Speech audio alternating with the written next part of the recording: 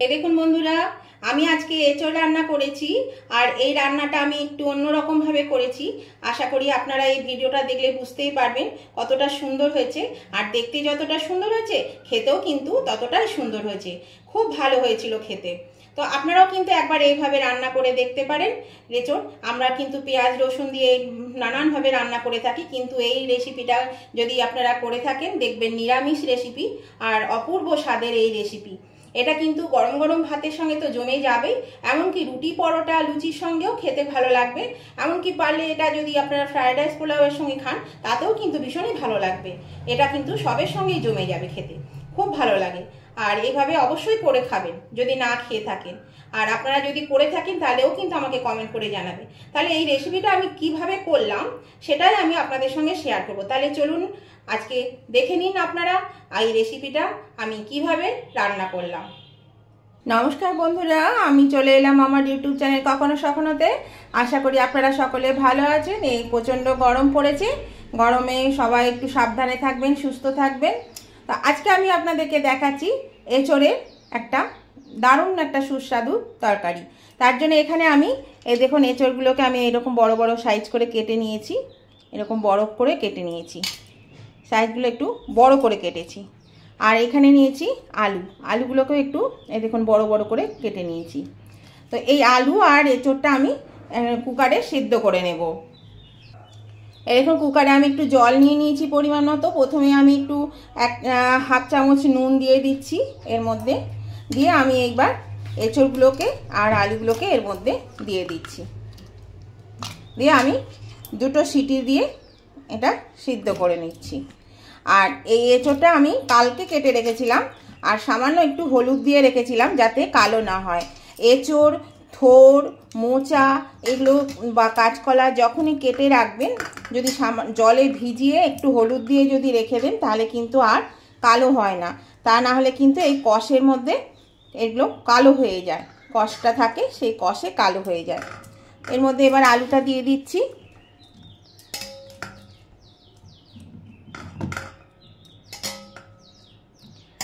এখন আলু দিয়ে আমি এটা ঢাকনা দিয়ে আমি এটা দুটো সিটি দিয়ে সিদ্ধ করে নিচ্ছি। দেখুন বন্ধুরা, আমি এটা ভরে দিয়েছি। এর মধ্যে আমি একটু সর্ষের তেল দিয়ে দিলাম। তাহলে কি হবে, এই যে এঁচোড়ের কষটা বেরোবে সেটা কিন্তু এই কুকারের গায়ে লাগবে না, বা লাগলেও খুব সহজেই এটা পরিষ্কার করা যাবে। তাহলে এবার আমি এটা সিদ্ধ করে নিই। দেখুন বন্ধুরা, এঁচোড়টা আমি নিরামিষ রান্না করব, আর তার জন্যে আমার যা যা মশলা লাগবে সেটাই আমি বলে দিচ্ছি। এখানে নিয়েছি ফোড়নে দেব গোটা গরম মশলা। তার মধ্যে আছে 4টে ছোট এলাচ, সামান্য দারচিনি, 5-6টা লবঙ্গ আর গোলমরিচ।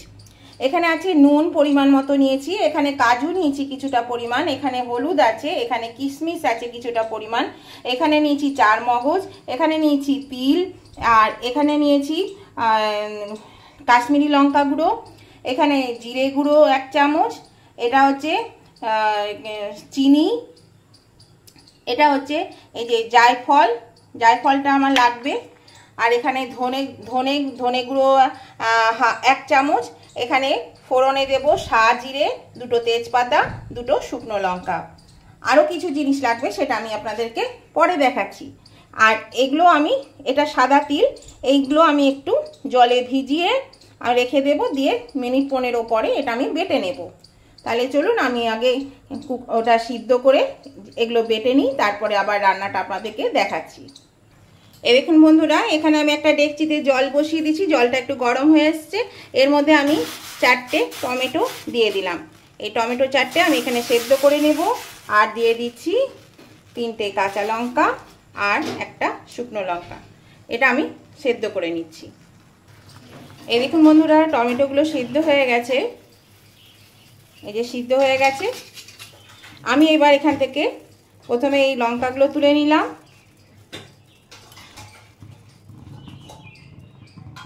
আর তারপরে এই টমেটোর জামাটা খুলে ওকে একেবারে ন্যাকেট করে দিচ্ছি। ন্যাকেট করে ওকে একদম মিক্সিং বলে পেস্ট করে নেব। এই দেখুন, তাহলে টমেটোগুলো আমি এইভাবে জামাগুলো খুলে দিই টমেটোর।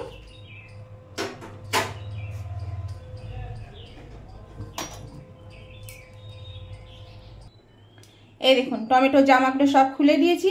এবার আমি সব পেস্ট করে নেব। আর এই যে এই জলটাও কিন্তু আপনারা ফেলে দেবেন না, এই জলটা পরে কাজে লেগে যাবে। তাহলে চলুন আমি এবার পেস্ট করে নিই। এই দেখুন বন্ধুরা, টমেটোটা ঠান্ডা হয়ে গেছে। ঠান্ডা না হলে কিন্তু পেস্ট করা যাবে না, সেই জন্য ঠান্ডা করে নিয়েছি। জামা ছাড়ানো টমেটো দিয়ে দিলাম। এর মধ্যে এগুলো সমস্ত জলে ভিজিয়ে আমি 20 মিনিট রেখেছিলাম, এগুলো আমি সমস্ত ঢেলে দিচ্ছি মিক্সিং জারের মধ্যে। যা যা দেখিয়েছি, কাজু, কিশমিশ, চারমগজ আর সাদা তিল, এগুলো সমস্ত কিছু আমি দিয়ে দিলাম। এই দেখুন বন্ধুরা, সব দিয়ে দিয়েছি। আর এর মধ্যে কিন্তু এখন আমি জল দেব না, এটা কিন্তু টমেটো থেকে জল বেরোবে, সেই জন্যে এই জলে যতটা পেস্ট হবে, প্রয়োজন হলে তখন আমি জল দিয়ে পেস্ট করব। তাহলে চলুন এটা আমি আগে পেস্ট করে নিই। দেখুন বন্ধুরা, এইখানে আলুটা সেদ্ধ করে নিয়েছি, একসঙ্গে সেদ্ধ করেছিলাম আলু আর এঁচোড়। এগুলো আমি জল ঝরিয়ে ভালো করে তুলে নিয়েছি। তো এবার আমি রান্নাটা করব। তাহলে চলুন রান্নাটা কিভাবে করছি সেটাই দেখা যাক। দেখুন বন্ধুরা, আমি কড়াতে তেল দিয়ে দিয়েছি, তেলও গরম হয়ে গেছে। এর মধ্যে আমি ফোড়নে তেজপাতা, জিরে আর শুকনো লঙ্কা দিয়ে দিলাম। এবার আমি দিয়ে দিচ্ছি এই যে গরম মশলার, গোটা গরম মশলা থেতো করে নিয়েছিলাম, সেটা দিয়ে দিলাম। এখানে একটু নুন দিয়ে দিচ্ছি, তাহলে আর এটা আগেই দিতে হতো, এগুলো দেওয়ার আগে। দিয়ে দেব 1 চামচ আদা বাটা।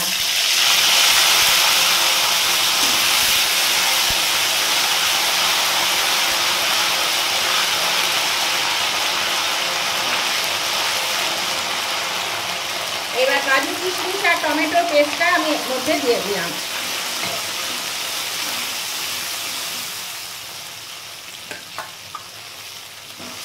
এটা দিয়ে আমি খুব ভালো করে কষিয়ে নেব। এই দেখুন বন্ধুরা, এটা একটু কষানো হয়ে গেছে। এই যে এটা অনবরত নাড়তে হবে, তা নাহলে কিন্তু তলে লেগে যাবে। এবার আমি এর মধ্যে দিয়ে দিচ্ছি ধনে গুঁড়ো, জিরে গুঁড়ো, কাশ্মীরি লঙ্কা গুঁড়ো,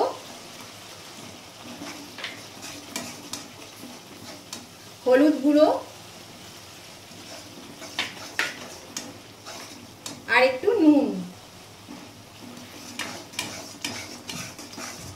এবার এটা দিয়ে আমি আর একটু ভালো করে নেড়ে নেব।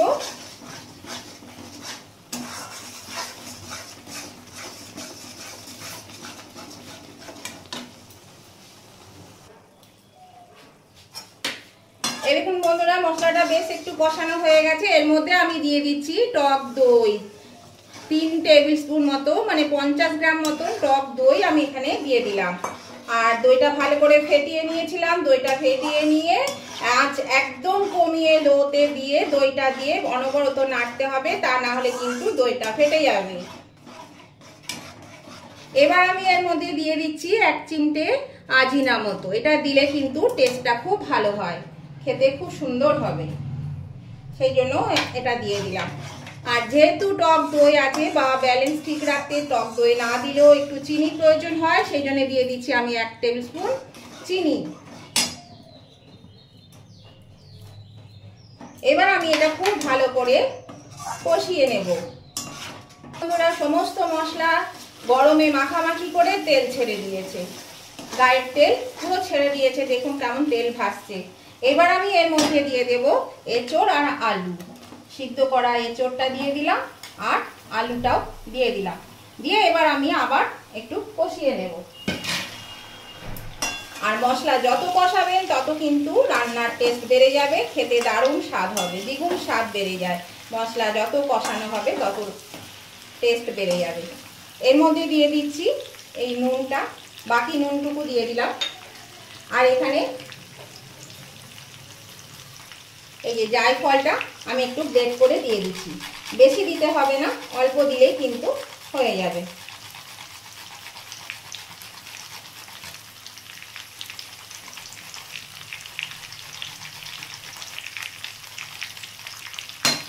দেখুন আমি একটু গ্রেট করে দিয়ে দিলাম।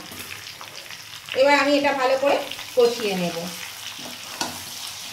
তাহলে নতুন বন্ধু যারা এখনো আমার চ্যানেলটা সাবস্ক্রাইব করেনি, অথচ আমার রান্নাগুলো আপনারা রেগুলার দেখেন, তাদের কাছে আমার অনুরোধ অবশ্যই কিন্তু আমার চ্যানেলটা সাবস্ক্রাইব করে আমার পাশে থাকবেন, আর পাশে থাকা বেলটা অবশ্যই ক্লিক করে দেবেন। তাহলে কি হবে, আমি যখনই আমার ভিডিও আপলোড করব সাথে সাথে নোটিফিকেশন আপনাদের মোবাইলে পৌঁছে যাবে, আর সবার আগে আপনারা আমার রেসিপিগুলো দেখতে পাবেন।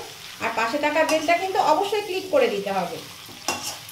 আর উভয় বন্ধুদেরকে বলছি, আজকের এই রেসিপিটা যদি আপনাদের পছন্দ হয়ে থাকে তাহলে দেখতে দেখতে যদি এখনো লাইক দিয়ে না থাকে তাহলে কিন্তু অবশ্যই লাইক দিয়ে দিন। আর আপনাদের বন্ধুবান্ধব আত্মীয় স্বজন সকলেই যাতে পেয়ে যায় তার জন্য কি করতে হবে, এটা শেয়ার করে দিতে হবে প্রচুর পরিমাণে, তাহলে সবার কাছে চলে যাবে এই রেসিপিটা। আর নিরামিষে এই এঁচোড়ের রেসিপি দারুণ টেস্টি, দারুণ টেস্টি।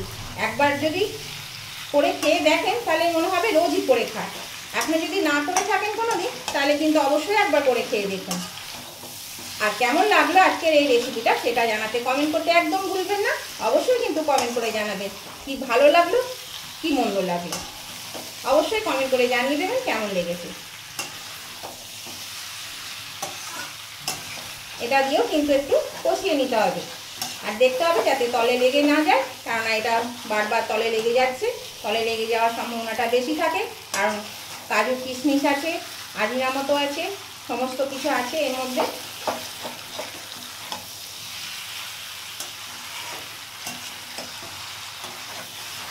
এই দেখুন, দেখুন এটাও আমার কষানো প্রায় হয়ে এসছে। আর একটু কষিয়ে নেব 2-3 মিনিট।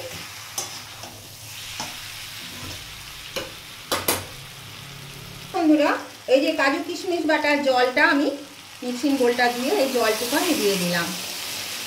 আর দিয়ে দেবো ওই যে বলেছিলাম টমেটো সিদ্ধ করার জলটা ফেলবেন না, সেই জলটা কিছুটা জল আমি তুলে রেখেছি ওপর থেকে, বাকি জলটুকু আমি দিয়ে দিলাম। আর এটা খুব বেশি ঝোল রাখবেন না, আবার একদম গায়ে মাখাও করবেন না, আপনাদের যেমন প্রয়োজন সেই রকম আপনারা জলটা দিতে পারেন।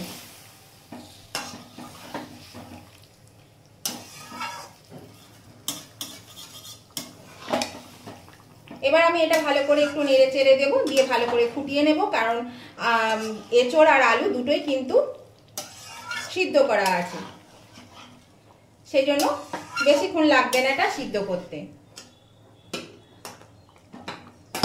আমি এটা একটু ঢাকা দিয়ে 3-4 মিনিট রেখে দিচ্ছি, আঁচটা কমিয়ে দিয়ে মিডিয়ামে দিয়ে দিলাম। এরকম বন্ধুরা আমি ঢাকাটা খুলে দিলাম, ঢাকাটা খুলে আমি নেড়ে দিচ্ছি, মাঝেও আমি 2-3 বার কিন্তু নেড়ে দিয়েছি। আর এটা আমি একটু চেখে দেখলাম, এটাতে যেহেতু টক দই দেওয়া আছে সেই জন্য কিন্তু মিষ্টিটা একটু কম হয়ে গেছিলো, তার জন্য আমি একটু মিষ্টি দিয়ে দিলাম, দিয়ে আবার ঢাকা দিয়ে দিয়েছিলাম নেড়ে চেড়ে দিয়ে। তো এবার আমি এর মধ্যে দেখুন সামান্য একটু গরম মশলা গুঁড়ো দেব, আর দেবো 1 চামচ ঘি। ঘিটা অবশ্যই দেবেন, ঘি দিলে কিন্তু এঁচোড়ের স্বাদটা ভীষণই ভালো লাগে, যে কোনো তরকারিতেই তাই স্বাদটা কিন্তু ভীষণই ভালো লাগে। এবার আমি এটা দিয়ে ভালো করে নেড়ে নেব। রান্নাটা কিন্তু আমার হয়ে গেছে, আমি কিন্তু এবার এটা নামিয়ে নেব। দেখুন কি সুন্দর দেখতে হয়েছে, কালারটা কি সুন্দর হয়েছে, আর দারুণ টেস্টি হয়েছিল খেতে। অবশ্যই কিন্তু আপনারা এইভাবে করে খেয়ে দেখবেন। এঁচোড় তো আমরা অনেক রকমভাবেই করি, পেঁয়াজ রসুন দিয়ে মাংসের মতন করে রান্না করে খাই, কিন্তু এরকম নিরামিষ যদি না করে খেয়ে থাকেন তাহলে অবশ্যই কিন্তু একবার এইভাবে করে খেয়ে দেখুন, খুব ভালো লাগবে খেতে। দেখুন এটা হয়ে গেছে, আমি এটা নামিয়ে নিচ্ছি, গ্যাসটা অফ করে দিলাম। এবার আমি সার্ভিং বোলে তুলে দিচ্ছি, সার্ভিং ডিশে একটা তুলে দিলাম। এই দেখুন বন্ধুরা, আমি রান্নাটা নামিয়ে নিয়েছি, তরকারিটা হয়ে গেছে, কত সুন্দর দেখতে হয়েছে, আর খেতেও দারুণ টেস্টি হয়েছিল। আপনারা কিন্তু এইভাবে একবার করে খেয়ে দেখবেন, আমার মনে হয় আপনাদেরও খুব ভালো লাগবে। যদি এইভাবে কোনোদিন না খেয়ে থাকেন এঁচোড়, তাহলে অবশ্যই কিন্তু এইভাবে রান্না করে খেয়ে দেখবেন। তো আজকের ভিডিওটা যদি আপনাদের ভালো লেগে থাকে, নতুন বন্ধুরা অবশ্যই সাবস্ক্রাইব করে আমার পাশে থাকবেন, আর পাশে থাকা বেলটা অবশ্যই ক্লিক করে দেবেন। আর উভয় বন্ধুদেরকে বলছি, যদি আজকের রেসিপিটা আপনাদের ভালো লেগে থাকে, পছন্দ হয়ে থাকে, তাহলে লাইক শেয়ার কমেন্ট করতে একদম ভুলবেন না। অবশ্যই লাইক শেয়ার করে কমেন্ট করে দেবেন, আর কেমন লাগলো সেটা কিন্তু কমেন্ট করতে অবশ্যই মানে কি বলবো ভুলবেন না। ভালো লাগুক আর খারাপ লাগুক কমেন্টটা কিন্তু করে দেবেন প্লিজ। আপনারা অনেকেই দেখেন কিন্তু সবাই কমেন্টও করেন না, লাইকও দেন না, আর দেখতে দেখতে লাইক দিতে ভুলে গেলে অবশ্যই লাইক দিয়ে দেবেন। তাহলে আমি আবার নতুন ধরনের রেসিপি নিয়ে আপনাদের কাছে চলে আসবো। ততদিন আপনারা সুস্থ থাকুন, ভালো থাকুন। আজকের মতন আমি ভিডিওটা এখানেই শেষ করলাম। Tata, bye bye.